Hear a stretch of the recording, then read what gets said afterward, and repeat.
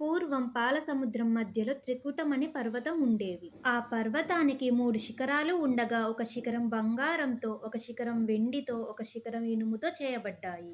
అయితే అందులో ఉన్న అడవిలో అన్ని రకాల జంతువులు ఉండగా, ఏనుగులు గుంపులు గుంపులుగా తిరుగుతూ ఉండేవి. ఆ ఏనుగులకు దాహం అవ్వగా తిరుగుతూ తిరుగుతూ సరోవరానికి చేరుకున్నాయి. ఆ సరోవరంలో దాహం తీర్చుకోవడానికి ఏనుగుల గుంపు దిగి దాహం తీర్చుకొని బయటకి రాగా, గజరాజు మాత్రం నీటిలోనే ఉన్నాడు. గజరాజు నీటిలో ఉండడం చూచిన ఒక పెద్ద ముసలి గజరాజు కాలిని గట్టిగా పట్టుకొని నీటిలోకి లాగుతుండగా, ముసలి నుండి తన ప్రాణాలను ఎలా రక్షించుకోవాలి అనుకుంటూ ఉండగా, ఆ స్థితిలో అతను పూర్వం చేసిన పుణ్యం పూజ గుర్తుకు వచ్చినది. అప్పుడు గజరాజు, శ్రీ మహావిష్ణువు, నీవు తప్ప నన్ను ఇప్పుడు రక్షించేవారు ఎవ్వరూ లేరు. నా తప్పులన్నీ క్షమించమంటూ శరణాగతి చేస్తూ వైకుంఠం నుండి పరమాత్మను రావాలని ప్రార్థించింది. అప్పుడు మహావిష్ణువు శంకు చక్ర గద లేకుండా లక్ష్మీదేవికి చెప్పకుండా అలాగే వైకుంఠం నుండి బయలుదేరగా, లక్ష్మీదేవి మహావిష్ణువు వెనుక బయలుదేరింది. లక్ష్మీదేవి వెనుక గరుత్మంతుడు, శంకు చక్రాలు పురుష రూపం దాల్చి పరిగెడుతూ ఉన్నాయి.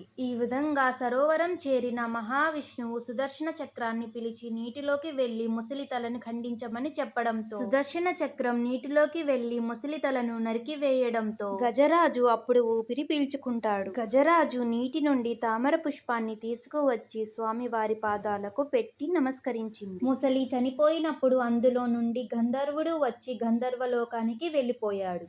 ఆ గజరాజుకి ఇంతటి పుణ్యం ఎలా వచ్చిందంటే, ఒకప్పుడు ద్రవిడ దేశాన్ని పరిపాలించే రాజు ఉండేవాడు. అతడు అష్టాక్షరి మంత్రోపదేశమును పొంది ఒక పర్వతం శిఖరానికి చేరుకొని అక్కడ అష్టాక్షరి మంత్రోపాసన చేద్దామని భావించాడు. అక్కడే మంత్రం జపిస్తుండగా అక్కడికి అగస్త్య మహర్షి వచ్చారు. అయితే మంత్ర జపం చేస్తుండగా మహర్షి వచ్చినా లేవకపోవడంతో ఆగ్రహించిన అగస్త్య మహర్షి 1000 ఏళ్లు గజరూపం అనుభవించమని శపించాడు. అలా గజరాజుగా జన్మించిన తన ప్రాణాలు పోయే సమయంలో గత జన్మలో చేసిన మంత్రానుష్ఠాన ప్రభావం వలన ఆ శ్రీమన్నారాయణుడు గుర్తుకు వచ్చి శరణాగతి చేశాడు.